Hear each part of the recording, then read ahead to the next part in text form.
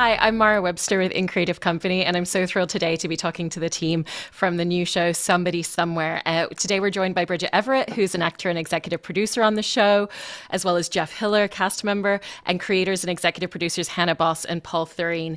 And Hannah and Paul, I wanted to start by talking about tonally the way that you've shaped this show so beautifully, where it both dives fully into the space of comedy, but also deals really delicately and beautifully with the concept of the theme of grief as well. And when you first started conceptualizing the show and writing the scripts, how you really found that very unique tone that crosses both of those spaces together.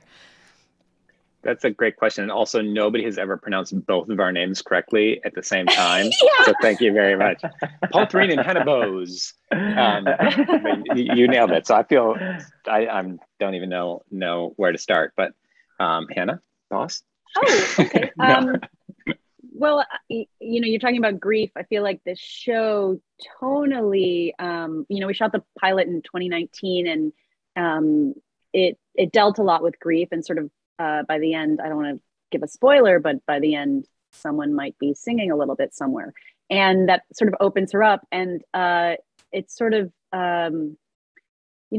this is we shot in 2019 and then the world sort of shut down. So we were sort of in bunkers in this room, sort of figuring out and thinking a lot about our lives and sharing them in this creative space. And we got to sort of bring a lot of that to Sam, which is, looking at someone who might be looking back on their life a little bit later in their life and realizing that they're not sort of living their life to the fullest. And we sort of open her up a bit in the pilot, and she does have grief, but she has something that connects to her that she wants to sort of come out of that shell. And that's what Jeff Hiller does with Joel. He sort of ignites her, and it's not a full out of grief story tonally, but it's always there. But it's sort of singing and Joel, this character, that sort of helps her see some color from black and white again, and she's sort of waking up a bit. I think that for us, the comedy always comes from reality. And I think when you're dealing with people who are trying to figure themselves out, people who aren't the best at talking about their feelings, sort of like the stuff that they do instead, like Joel says, he tries to keep busy so the tear doesn't creep in. Like, I think that's a very real thing. And I think that's where we like to exist as far as making something. Is sort of the comedy comes out of, the real ways that we sort of like the coping mechanisms of life. And so, making sure that we can sort of keep the complexity of those emotions underneath the surface, but go on a fun ride with each other and see sort of, especially with Sam and Joel, sort of what they need from each other and sort of the moments of joy that sort of get them through the day and the comedy that comes from that, and make sure that comes from a real, authentic, grounded way. And off the back of everything that you were both saying, I wanted to talk to you, Bridget, about your performance and this real kind of authenticity and delicacy that you bring to it. If we look at the moment where it's Sam and her sister in the barn and there's a moment of emotional confrontation, there's an argument and friction between them, they're vomiting and laughing at the same time, and then she's singing, and it's just all of these things within one. And yet it feels completely natural, the progression between all those different spaces. And especially because you were on the board with the show as an executive producer, what was the moment where you really started to develop and capture that idea of this character that really just flows between these myriad of spaces the way that's so true to life? Well, I think vomiting and laughing is like that's it right there. Like for me and for all of us, and and add in a fart because we also like fart jokes. But I think that's the way that I look at life, and it's important for my family. We've always like grown up just like laughing and making fun of each other till it hurts, and that's the best way I know how to navigate the world. So I don't know if that answers your question, but I think it was important to lie in some themes that I could relate to, because television and film have been like a hard thing for me to really feel at home and to feel in charge. And this is the first time I've felt like confident when I showed up on set. I felt comfortable with the material. I felt like I knew we were going to be doing like a wide range of things, but I found a way to feel connected to them. So it felt fine and doable. It felt just as natural as that beautiful Christmas tree right there behind you. And Jeff, with the character of Joel, I really love the moment where he's showing off his vision board and it tells us so much about what he wants from the world. And there's almost kind of a childlike innocence to him as a character and the things that he wants, and the fact that it's like a Dyson vacuum cleaner and a Vitamix and going to Europe are the things that are going to bring him the most joy. And yet you also never capture that innocence with it feeling naive. You know, he still feels very worldly. He's the person when Sam and her sister have fallen out that's like, you guys need to get your shit together and force them into a room with one another. And so how did you want to shape him in a character in that way that captures that essence, but never has the elements of naivety and crosses over into that space? Right. I mean, that's what that is what I love about this character, because in a certain way, this is a character that would be me if I had never left Texas, where I grew up. And you never see any, you're so right about the complexity, and that's owed to Hannah and Paul and Bridget too, in creating this character that isn't just like some dummy who never turned on the internet, because they don't have that in Kansas, right? He does know music and art, and he's someone who loves religion, and this is a character that we've never seen before. And I think when I auditioned for the show, the fact that he was going to church and he was a gay person who was going to church was so exciting to me, because I'd never seen on TV a gay person who wasn't just being whipped by a priest. So it was very it was very thrilling because I was a theology major in college. Like, church meant so much to me, and it was so exciting to see a character that I'd never seen before, even though I lived that life. And so that helped making him, realize.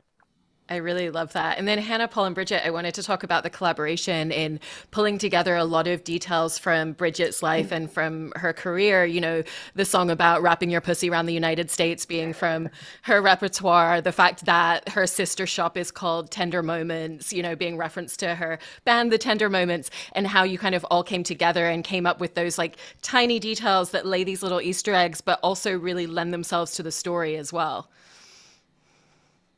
We were just like constantly, and Carol and our writer Patty, like we were just constantly like trying to add in like little meaningful little, I always call them Easter bunnies, but I guess they're Easter eggs. I don't know, just like little touchdowns, like just little shout outs, little, I don't know, you guys take it. I just wanted to yap.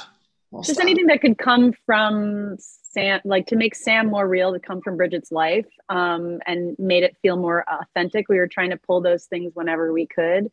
That's sort of the fun of the show, is how much do we make this Sam character Bridgetized, how much do we pull in from her songs and her repertoire and her funniness, because the real Bridget has such a complex person and so funny, and the voice of an angel, as we all know. So it's like, how do we bring this person into Sam slowly and sort of take her out of this grief and use this superpower, which is her singing and her hilarious songs and her sense of humor. And one of the other aspects, Hannah and Paul, that I wanted to ask about is the way in which you've written Holly as a character, and she's Sam's sister who's passed away, but yet the way that we start to envision her and who she was and the details that you interlay in the scripts also really inform a lot of the interpersonal dynamics between the remaining members of her family as well. And so what was that journey of shaping who Holly was to the rest of her family? Yeah, I think that's a great question. I think this idea that, as Sam sort of through music and through Joel starts to engage in her life again, she's also engaging with her family again, and that there's, joy that's coming up, along with sort of like bringing color back into her life, but also sort of pain and grief. And that I think that, as we sort of learn about Holly through the details, through objects, and through, sort of through Sam's grief, I think it really speaks to the idea of a family who isn't able to sort of discuss and be there for each other through grief. That I think that there's ways that her parents, Mary Jo and Ed, are also sort of suffering in silence, and Trisha suffering in silence. And so this idea that there's this character that sort of, we feel the presence, we feel her almost as a ghost. We feel that presence of the grief in a real way, but we're sort of only learning about her through little details that hopefully, hopefully sort of compelling. It's not a mystery, but it's sort of like a compelling way to sort of, I feel like, tell the story of grief and how that journey sometimes isn't through words, and sometimes it is a lonely thing, and finding ways that, hopefully that the family can sort of start to communicate about things and be there for each other. And then Jeff and Bridget, because the two of you share so many scenes together and there's such an opportunity to play with physical comedy. There's the moment where they're tracking Sam's brother-in-law, and Sam's just completely laying down in the car, and there's a lot of physical play between the two of you, and just, that's just one example of many moments. What was that journey of really looking at the details interlaced within the scripts about what some of that physical comedy was going to be, and then really utilizing that time in production to really figure out a lot of the other elements and how you wanted to take that off the page? Jeff? Right. I think you might be giving us more credit than we deserve. We probably just kind of did it on the day. But what is great is that Bridget is just so naturally funny, and I can hang. Yeah, Jeff is like so fast. Jeff is just like nimble, agile, the funniest one in the room. So, but I think what we really found was that when we would take the script and sort of get what the meaning was, and then kind of we could maybe make the words fit into our mouth in a slightly different way that would make it feel more natural, feel more authentic. And Hannah and Paul were so kind to let us do that. And we were able to have I'm from improv background, and they say that the yes and spirit allows experimentation. I know it's a lot, but I think that there was that vibe on set that we could play with. Like, what if you just like really went back hardcore on your thing? What if when you put your head down in my lap, I say, don't sniff? What if we have fun with it and just really enjoy going to weird places? And I'm sure there's a lot of stuff on the cutting room floor that was terrible, but there was a lot of like, Joel and Sam discovering each other, but also Jeff and Bridget discovering each other and kind of getting comfortable with each other in a lot of those moments. And I think that like our default is humor, and to sort of try to make the other person laugh, or just to engage with each other that way. So there was so much great stuff in the script and the room to sort of dick around and have a little fun. And Bridget, I love the fact so much that not only does on my resume, can dick around. I'm sorry. Go ahead.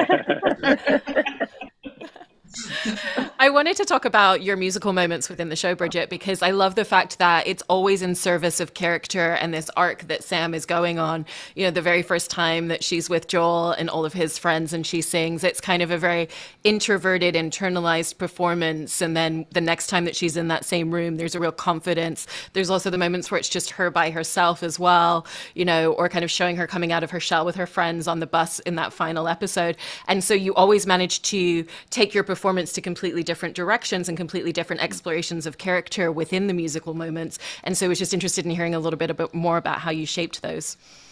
Yeah, we didn't want to have it just be like, and here comes the song. It's like how music is a part of your life. It's just part of the fabric of the show. And I think what's usually more interesting is like the moments leading up to the song or after the songs or whatever.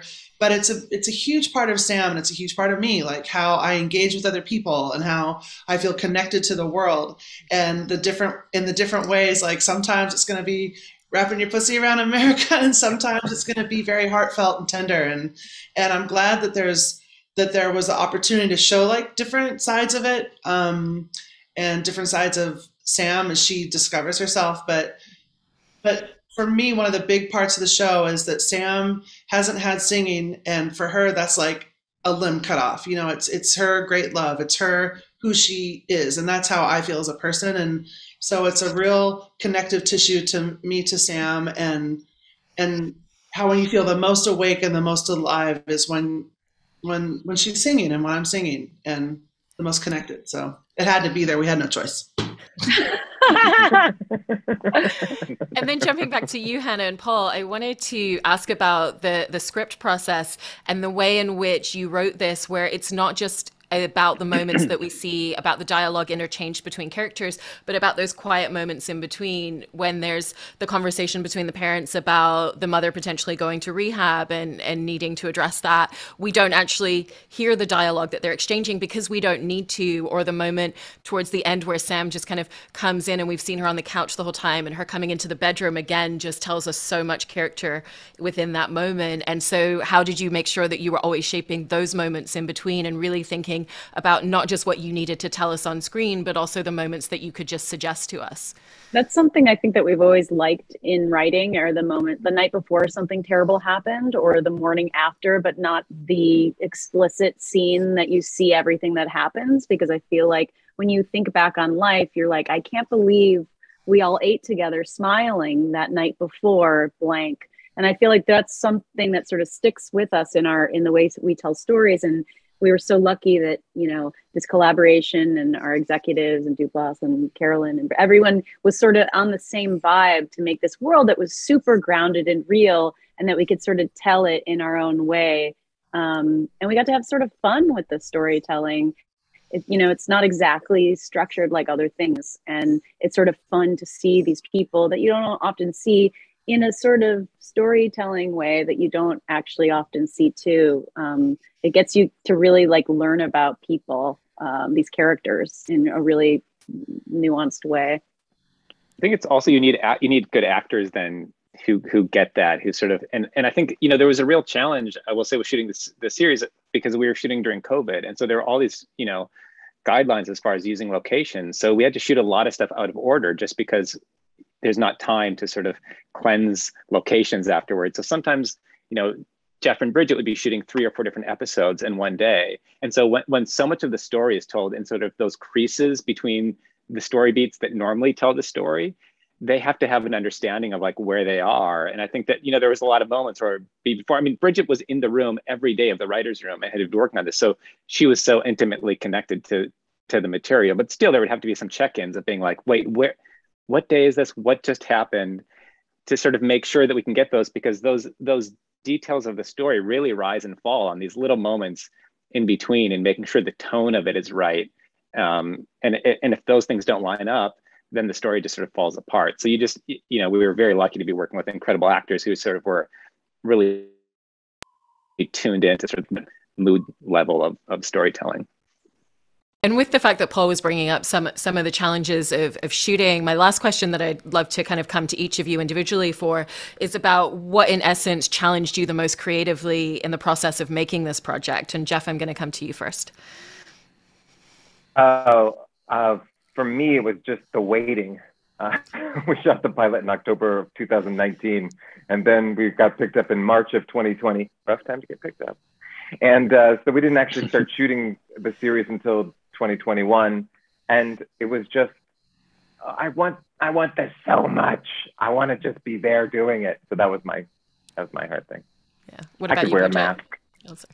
Yeah, it was the wildly out of order, and you know, like the very final scene with the director on a Zoom call because he wasn't, you know, like they're just like there were weird things that were happening, and just sort of hoping, especially with like some of the very meaningful, like emotional touch points of the show, doing them like so early on, and just like hoping that that's where the character arrived. You know what I mean? Like it was, anyway, but it all worked out, and we got to really dig in the editing room and make sure that we found, you know, sometimes we just try a different, you know, 5 different ways and just be like, please give me something in the end. I think that the challenge for me is, you know, this is, it's a big deal. And it was the first time me and a lot of people in this project have kind of gotten this far, and it's a big deal and it's a big job. So like both the thing that was the hardest was also the thing that was the most beautiful part of it, which is like, it was such a big deal to do, but also it was exciting to do it with other people who hadn't done quite this thing before, but also wanted to be there. So it was really fun to be in a place where we're sort of holding each other up and making this thing that was really hard, especially during a global pandemic. But it made the vibe really authentic and real, especially for what Sam is trying to do, sort of entering a little bit later the thing you want to do later in life, you know? Actually, I think that there is something about the challenges of shooting during COVID that was an equalizer in a way also, because I think that it was a big deal for us and it was a new thing for us. And so every day there were going to be things that we were scared of or that we'd never done before. We weren't sure how to do them. But I think everybody was figuring out how to do things in a new way. And so it just sort of, we approached everything with our sort of like creative problem solving and had a great team that if we didn't know how to do something or weren't sure about something, we had the eyes on it that were trusted eyes. And so we were sort of, you know, there was a real feeling of like, let's figure this out together. Let's put on a show. Let's make it great. Let's put everything into it. And I think that there were challenges, but I think we're all really grateful to be there.